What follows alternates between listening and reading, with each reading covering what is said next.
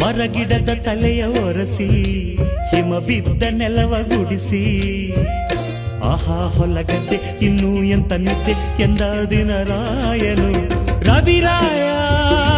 ನಿನ್ನ ಮನೆ ಕಾಯ ಬಿಡುವೆಂದೋ ನಿನಗೆ ಮಹಾರಾಯ ಧಗ ಧಗ ಉರಿಯುವೆ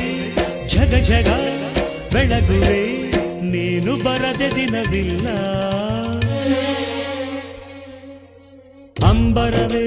ಅಂಬರವೇರಿ ಸೂರ್ಯನು ಬಂದಾನು ಥಳ ಥಳ ಥಳ ಜಗ ಥಳ ಥಳ ಫಳ ಫಳ ಫಳ ಜಗ ಫಳ ಫಳ